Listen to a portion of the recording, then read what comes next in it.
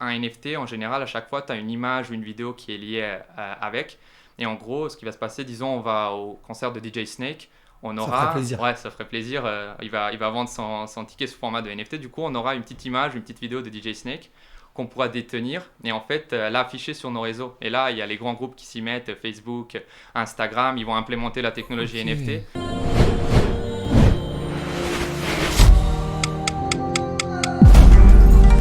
Ma motivation la plus forte dans ma vie, c'est que les gens ils osent réaliser leurs rêves. Je veux déclencher une révolution en remettant la méritocratie au cœur de notre société. Donc, si tu as envie de faire changer les choses, je pense que ça doit passer par l'entrepreneuriat. Quoi que tu dises, quelle que soit la phrase que tu dis, il y a un mec qui n'est pas d'accord. Salut les amis, c'est Valorant pour le Crayon Business. On se retrouve pour une nouvelle interview. Je suis aujourd'hui avec Nicolas Nikšić, qui est le fondateur de NFT France, qui est un média. Salut Nicolas, je suis ravi de te recevoir sur le Salut Crayon. Laurent, merci de m'avoir invité. Avec très grand plaisir. Tu as lancé ton média assez récemment, mais ça a eu une très grosse traction et je pense que ça va continuer parce que ça surfe sur une vague plus globale de blockchain, crypto et du coup maintenant NFT. Est-ce que tu peux déjà commencer par nous définir ce que c'est un NFT? Parce que je pense que beaucoup de gens comprennent en fait pas vraiment ce que c'est. Oui, bien sûr. La définition la plus simple d'un NFT, c'est un titre de propriété sur la blockchain. Donc là, la blockchain, tout d'abord, pour définir ça, c'est un registre de transactions, donc décentralisé, transparent et infalsifiable. Donc c'est comme une sorte de Google Sheet où en fait on a un grand nombre de transactions dessus. Et en fait, les NFT utilisent ces technologies-là. Donc quand vous achetez un NFT, ça va s'inscrire dans ce registre-là et tout le monde pourra le voir. Donc en gros, la plus grande révolution pour le moment, enfin les gens en parlaient beaucoup de ça, c'était l'art. Donc en gros, ce qui se passait avant, tu avais des artistes qui faisaient de l'art digital, donc ils ne pouvaient jamais vendre leurs œuvres. En gros, ils dessinaient quelque chose, ils publiaient sur Instagram, cela, ça avait zéro valeur. Oui, En parce qu'on fait, pouvait le screenshot. voilà, et c'est ça, tout le monde pouvait le screenshot, ça avait zéro valeur. Et là, en fait, vu que les NFT, c'est un titre de propriété, en gros, les artistes, ils pouvaient prendre ce titre de propriété-là, le lier à un NFT, qui est après inscrit sur la blockchain, donc ce registre. Et en fait, ce titre, enfin, en fait, on peut le vendre. Et en fait, il y a des collectionneurs qui peuvent acheter ce titre de propriété. Et en fait, les artistes qui faisaient de l'art digital pour la première fois, ils peuvent gagner de l'argent. Alors qu'auparavant, c'était impossible. Donc ça, c'est un des cas d'usage. Après, il y a tous les autres secteurs qui vont être impactés parce que vraiment détenir des biens numériques, auparavant, c'était impossible. Ok, je comprends très bien, mais j'ai l'impression qu'il y a aussi une logique, parce que le NFT c'est non-fungible token, C'est ça, donc avec la différence entre les cryptos, c'est qu'en fait chaque NFT a sa valeur propre c'est ça. et n'a pas cet aller-retour facile qu'aurait une crypto entre différentes monnaies. Ouais, c'est ça. En fait, les cryptos, c'est quelque chose de fongible. Fongible, ça veut dire quoi? Ça veut dire interchangeable. Du coup, un bitcoin, on peut l'échanger contre un autre. C'est comme une pièce d'un euro. Donc, une pièce d'un euro, on peut l'échanger contre une autre, ça a la même valeur. Alors que là, avec les NFT, ce qui se passe, c'est quelque chose de non fongible. Donc, par définition, ce n'est pas interchangeable. Donc, dans le monde réel, ce qu'on peut prendre comme exemple, c'est une pièce d'un euro de collection il y a une erreur dessus. Tu ne peux pas l'échanger contre une autre parce que ça n'a pas la même valeur. Donc c'est pareil, les œuvres d'art dans le monde physique, tu ne peux pas les échanger. La majorité des choses dans le monde réel, c'est des choses qui ne sont pas fongibles.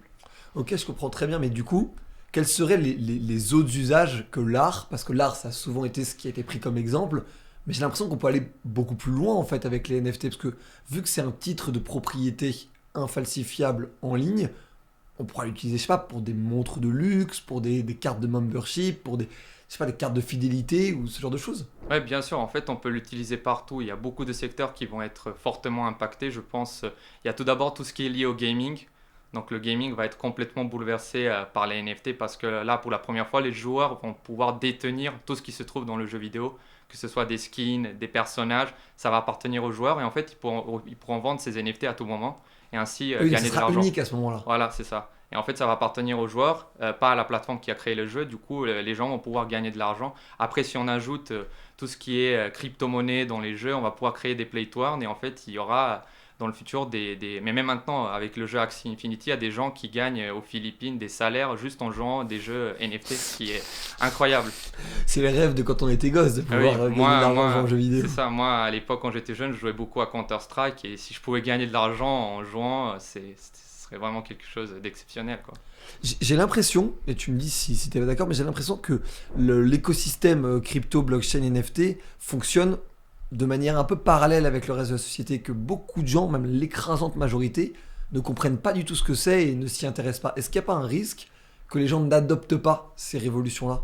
Non, moi je pense que c'est vraiment les NFT qui vont être la porte d'entrée pour toutes les personnes dans le monde des cryptos, de la blockchain, parce que c'est plus facile d'expliquer à quelqu'un que là tu peux détenir un bien numérique, une œuvre d'art digitale. C'est plus compréhensible pour expliquer aux gens que de dire voilà c'est quoi la blockchain, c'est quoi la DeFi, c'est quoi les crypto-monnaies. C'est plus compréhensible. Tu dis à quelqu'un voilà là pour la première fois tu peux détenir des œuvres d'art numérique. Après pour revenir aux secteurs qui vont être également impactés par les NFT, tu as tout ce qui est événementiel. Donc ça, c'est un gros secteur. Pourquoi? Bah, il y a 3 points. Donc tout d'abord, le premier point, c'est un NFT. En général, à chaque fois, tu as une image ou une vidéo qui est liée avec. Et en gros, ce qui va se passer, disons, on va au concert de DJ Snake. On aura, Ça ferait plaisir. Ouais, ça ferait plaisir. Il va vendre son ticket sous format de NFT. Du coup, on aura une petite image, une petite vidéo de DJ Snake qu'on pourra détenir et en fait l'afficher sur nos réseaux. Et là, il y a les grands groupes qui s'y mettent, Facebook, Instagram, ils vont implémenter la technologie Ok. NFT. Et du coup, nous, on pourra afficher à un moment sur nos profils tous les concerts et conférences auxquels on a assisté. En fait, les gens vont pouvoir directement aller sur notre profil et voir, ok, lui, il est fan de DJ Snake, lui, il est allé à cette conférence-là aux États-Unis. Donc ça, on a une preuve de présence, ça c'est le premier point. Deuxième point, c'est que là, il n'y aura plus de marché noir, on va dire, pour tout ce qui est ticketing, parce qu'on utilise la technologie blockchain. Donc, on pourra à tout moment vérifier parce que c'est ce que j'avais dit, c'est un registre complètement transparent, tout le monde a accès. Et troisième point, c'est que l'organisateur de l'événement, à chaque revente du ticket NFT, il va pouvoir percevoir des commissions. Ah, donc il pourrait y avoir un marché secondaire des tickets, Voilà. mais en fait, les personnes qui vendent les tickets auraient des gains d'argent à la revente des tickets, en fait. C'est surtout l'organisateur qui aura des gains d'argent. Donc, à chaque revente, moi, je vends mon ticket, je ne peux pas aller au concert de DJ Snake. Lui, il va pouvoir prendre, disons, 10% sur la revente. Et moi, vu que ça passe avec la technologie blockchain, je peux vendre mon NFT de manière instantanée sur des plateformes d'échange. Ok. Et j'ai une question. Est-ce que ça fait peur, en fait, aussi au gouvernement, aux institutions financières? Parce que la DeFi, donc la Decentralized Finance, donc la finance décentralisée, c'est aussi quelque chose qui pourrait faire craindre les banques, les États, qui au final ont le contrôle aujourd'hui de cette centralisation. Est-ce qu'ils vont renoncer si facilement à ce contrôle-là? Bah, je pense qu'il y aura un mix des deux. En fait, là, pour le moment, on est en train on est en phase de laboratoire, on explore les cas d'usage et comment ça va fonctionner. Je pense qu'il y aura une synergie entre les deux. Les États et les gouvernements, quand ils vont voir tous les cas d'utilisation, je pense qu'ils vont essayer d'implémenter ces technologies-là. Donc, je pense qu'on aura un mix des deux. Ça va pas être, tu vois, juste décentralisation full. Il y aura que des gens dans ce côté-là. Je pense qu'on aura un mix des deux. Ok, je comprends très bien. Mais est-ce qu'on peut lier en fait le NFT avec des choses réelles? Je prenais l'exemple de la montre dont Ouais. on détient le NFT. Du coup, à ce moment-là, le NFT sert presque de certificat d'authentification. C'est ça. Donc ça lutte contre la fraude C'est aussi. ça, bah, exactement. En fait, l'exemple, c'est on prend une Rolex, à l'intérieur, on met une puce RFC par exemple, qui en fait, on pourra la scanner avec nos téléphones. Ça va nous rediriger vers le NFT. Et là, on est sûr à 100% que la Rolex qu'on a achetée, c'est une bonne. Du coup, Ah ouais, on va c'est lutter dingue, contre la ça. contrefaçon. Autre avantage, c'est un certificat d'authenticité sous format NFT. Donc, on a une image. Et je pense dans le futur, ce qui va se passer, ce certificat, non seulement ça va être un certificat d'authenticité, mais ça va nous permettre aussi de porter la même montre dans le monde virtuel, c'est-à-dire dans le métaverse. Putain, c'est dingue ça. Et est-ce qu'il y a une philosophie derrière? Parce que j'avais vu un documentaire sur Arte que je vous recommande, que je mettrai en lien dans la description, qui est génial, qui était sur l'origine du Bitcoin. Et qui était sur l'origine du Bitcoin et qui parlait de la philosophie un peu cypherpunk qui avait derrière en fait les crypto-monnaies, la blockchain, qui était une philosophie très libertaire, très rebelle, qu'on peut assimiler un peu à la philosophie Matrix.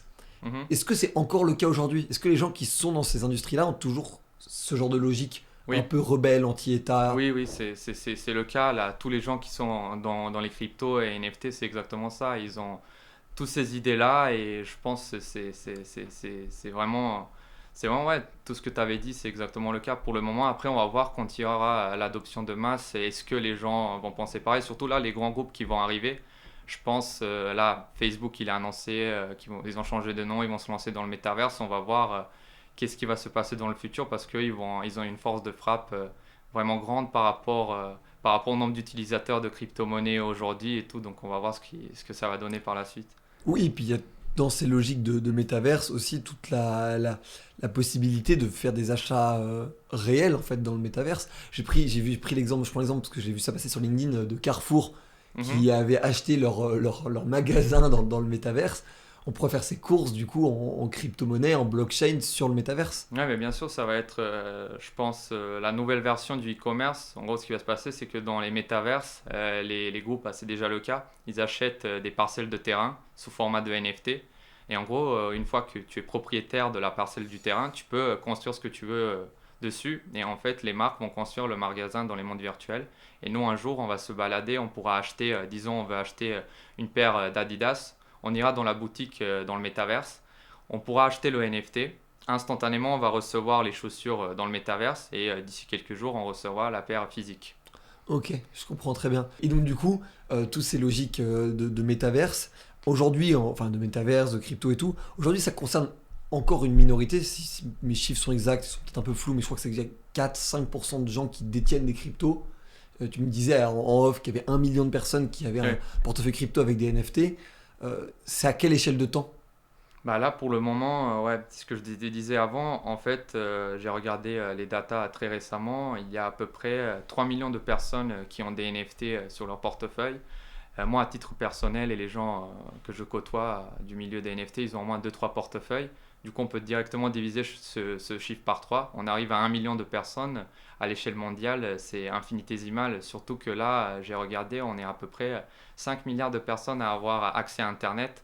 Donc au final, ça fait quoi? 0,02% de personnes dans le monde entier qui détiennent des NFT. Donc on est vraiment très early parce que c'est complexe d'avoir un portefeuille crypto, d'acheter des cryptos, les transférer vers un portefeuille, acheter des NFT. En fait, le processus d'achat, il est complexe pour le moment. Et moi, je vois pas ma mère en train d'installer tout ça, d'acheter des NFT. Et je pense que il faut, pour avoir une adoption de masse, c'est toujours très early. Il faut simplifier le processus d'achat. Je comprends très bien. Est-ce qu'il y a une personne dans l'écosystème blockchain, crypto, francophone que tu aimerais voir en interview sur le Crayon Business? Sur Crayon Business, une personne dans les NFT. NFT, crypto, blockchain, tout cet écosystème. Je pense à Asher, ça serait cool de voir ce qu'il en pense de tout cet écosystème-là qui est en train d'évoluer vraiment très rapidement. Ouais. Il fait des vidéos très cool, j'en suis quelques-unes. Ouais, moi aussi je suis très fan, il a expliqué pas mal de choses et c'est vraiment hyper cool ce qu'il fait, la manière dont il vulgarise tous ces concepts qui sont très complexes, et c'est vraiment très cool. C'est important aussi pour faire progresser tous ces mouvements. Et la dernière question qu'on pose à tous nos invités, est-ce que tu as une phrase, une citation, une punchline de toi ou de quelqu'un d'autre que tu portes en toi au quotidiennement ou mensuellement et qui, selon toi, est importante d'avoir à l'esprit pour soi? Ouais, je pense ce que j'ai toujours en tête, c'est je me dis je vais y arriver. J'ai toujours cette idée-là, dans tout ce que je fais, j'ai toujours cette mentalité, ça ira quoi qu'il arrive. Parce qu'il y a pas mal d'échecs là quand on est dans le monde de l'entrepreneuriat. Moi, ça fait pas mal de temps que j'essaye de créer des business et des fois c'est compliqué, mais il faut avoir tout le temps en tête là cette phrase, je vais y arriver. Donc je pense tout le temps à ça dès que je me réveille. Tous les échecs, tous les obstacles qui vont arriver, je me dis ça ira quoi. Merci beaucoup Nicolas. De rien. C'était un vrai plaisir de t'interviewer et puis je pense que c'est effectivement un des grands sujets d'avenir je pense qu'on ne mesure pas encore l'ampleur de la vague qui va arriver sur ces sujets-là. J'espère du coup que ça vous a intéressé, que vous pourrez vous renseigner. On vous met les liens de NFT France en description pour que vous puissiez regarder le travail de Nicolas et de son équipe. Merci beaucoup de nous avoir suivis. N'hésitez pas à nous mettre un commentaire, un like, évidemment à vous abonner. On se retrouve très bientôt pour de nouvelles interviews. C'était Valorant et Nicolas. Ciao. Let's begin.